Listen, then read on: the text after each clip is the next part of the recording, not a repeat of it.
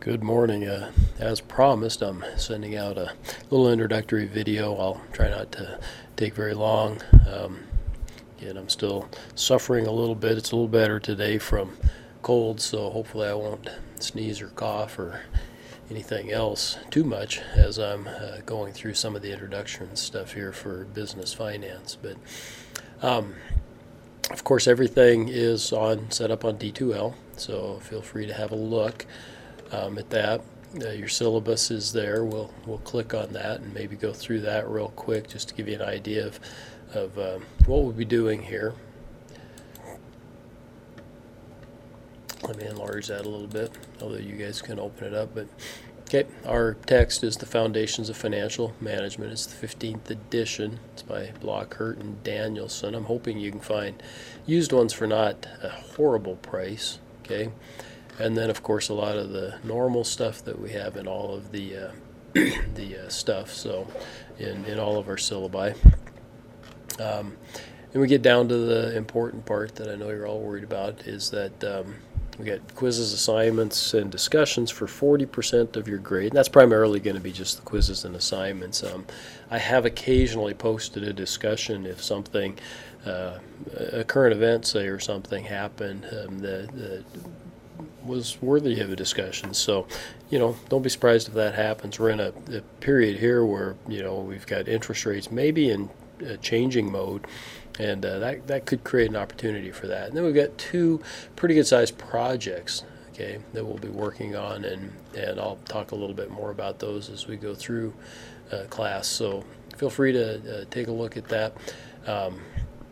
Again, your quizzes and assignments, they're going to be a weekly basis thing. These will, Project 1's primarily in the first half of the semester and Project 2 in the second half of the semester. But I'll have defined dates too as we go along for submission of some of the stuff for these projects. So it's not, you won't be able to procrastinate and turn everything in right at the very end of the, say, first half of the semester. You might, but you'll get a poor grade for it, and same thing with Project 2. Instead, I expect you to be working on those all along and as we go along. So,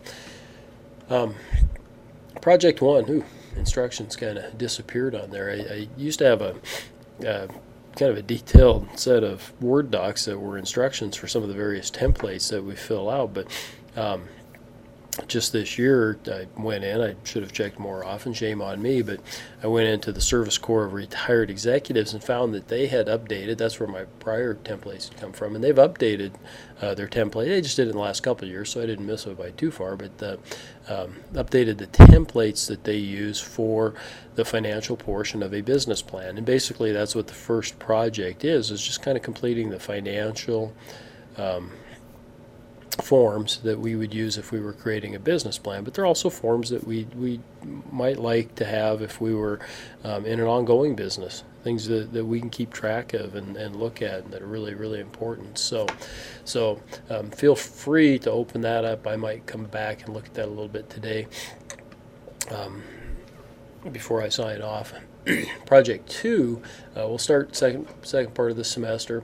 That we're gonna, and that hasn't changed really, but we're gonna do an analysis of a publicly traded company. So in that case, I want you to do, and remember this is a finance class, so primarily a financial analysis of a publicly traded company. So you can be thinking about that.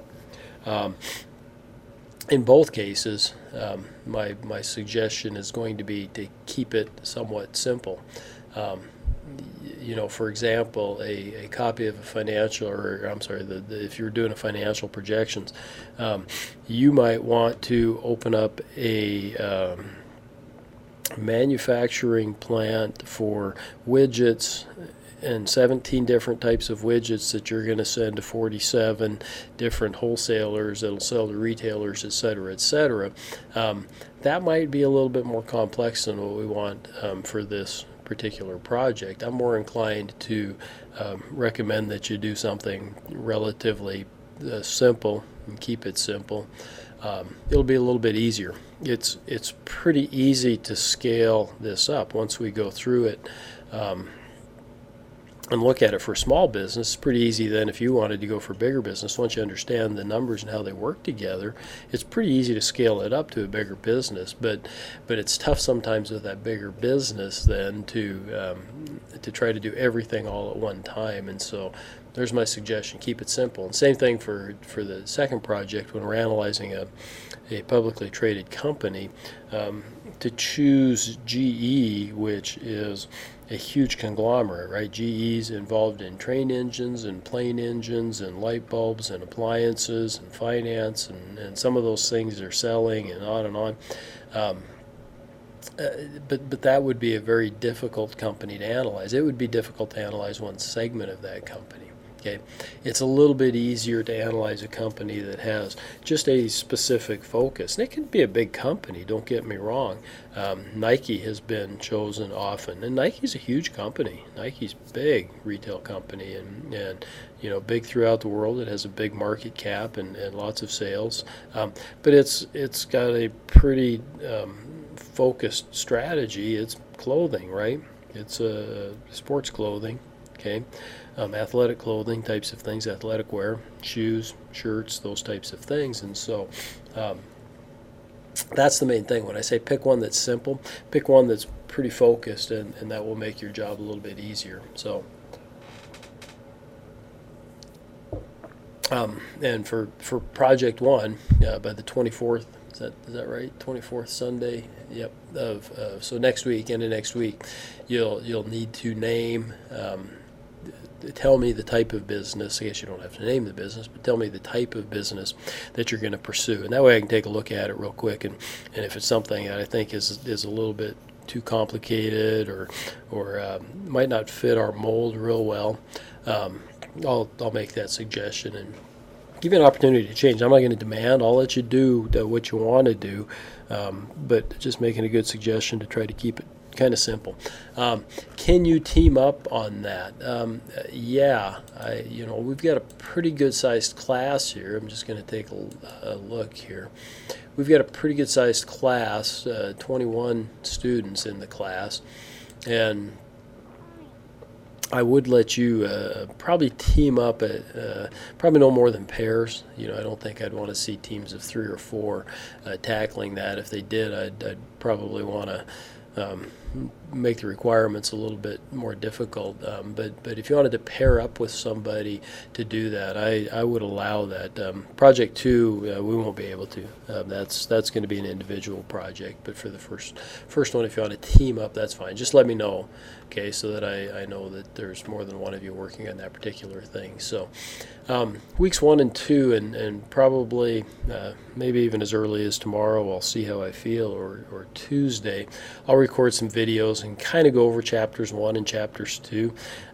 Honestly, chapters 1 and 2 should be pretty much reviews of accounting, terminology, basic accounting, those types of things. Most of you probably do pretty well. You dig your textbook out. You'll notice that there's no assignments for 1 and 2. Again, it's kind of a review, and I didn't think I needed to give you guys any assignments for that. Just let you review it, take the quizzes, and so on. I'll go over them with a video. Might be helpful for some of you. For others, if you want to just plug ahead, that's fine. I think a couple have already actually taken at least one of the quizzes. When we get to week 3, though, we start getting into the assignments, and you'll note that there's assignments in for, should be pretty much every week until we get to the very end. Those assignments are going to be more quantitative. So while here, this may be kind of a boring video that I'll send out that's more of a lecture and, looking at PowerPoint and going through it. When I get to here, we're going to start getting into the quantitative things, and so I won't have a PowerPoint. Instead, I'll take a look at your guys' assignment, and then I'll just simply do some problems that are very similar to the ones that you guys have been assigned. And so I'll spend those videos really just walking you through some of the stuff and how to complete your assignment for the week. Now, and I think I sent this out in my email, I want you to use Excel. Okay, and maybe I'm a little bit strict when it comes to that, but Excel, especially when we get along into 7, chapter 8, chapter 9, 10, 11, 12, there are some things that we're going to do that just work beautifully in Excel. Excel's a powerful, powerful program. There's a lot of it that's just set up to do the things that we're going to work on, and so it'll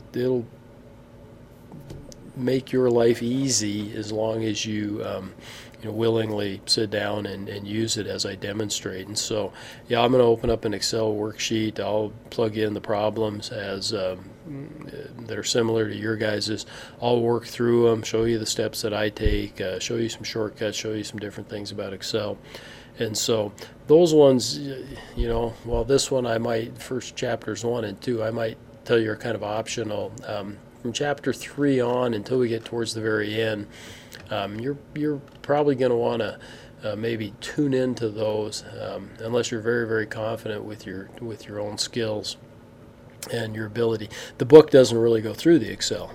Okay, that's part of the reason I say that listening to my videos might be kind of helpful there, because the book has some Excel things in there. It tells you a little bit about it. But again, if your skills are fine and you're confident there, you might be okay. But the vast majority of students in the past have appreciated the videos where I really walk you through how to complete those problems using Excel. And as I stated in my email, I expect you to submit those in Excel, and I want to be able to see your work. I want to be able to see the steps that you might take. Excel takes out a lot of the steps, but take these steps in Excel. I want to be able to click on the formula, say, or whichever the case may be, and know that you did it properly. When we get to the last couple of weeks, we get back out of the quantitative part. So we kind of start with review, and at the end we finish with stuff that's not so much quantitative. So that's going to be heavily focused on the first couple of weeks. The last couple of weeks, we don't have too much quantitative. It's kind of nice. That's when you're going to be busy writing up your finished paper for the project too, and you'll have a couple quizzes. Again, that's going to be more terminology and discussing things that are going on in the finance world, probably more current event types of things. So, okay. So where are we? I think that I've hit kind of the major parts that I want to for an introduction. Again, I will probably come back either tomorrow or early next week at the latest and go through 1 and 2, and probably at that point too I'll open up the template, maybe get started a little bit with that, although you'll just be in the process of choosing your business, but just to kind of look at it. Feel free to open this if you want to and take a look at it.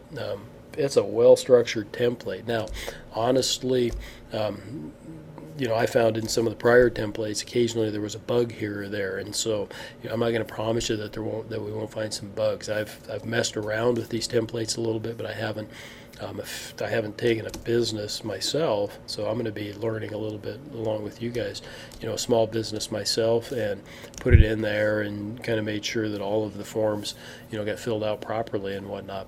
But my initial reaction to it and using it, and I've messed around with it quite a bit, is, boy, it really is going to simplify the process. So I think you're going to be pretty happy when you get in there, and I hate to say this for you guys, but I'm hoping it doesn't make Project 1 too easy.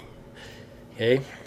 So that said, I'll sign off before I have a coughing fit or something here, and I'll talk to you soon about chapters 1 and chapters 2.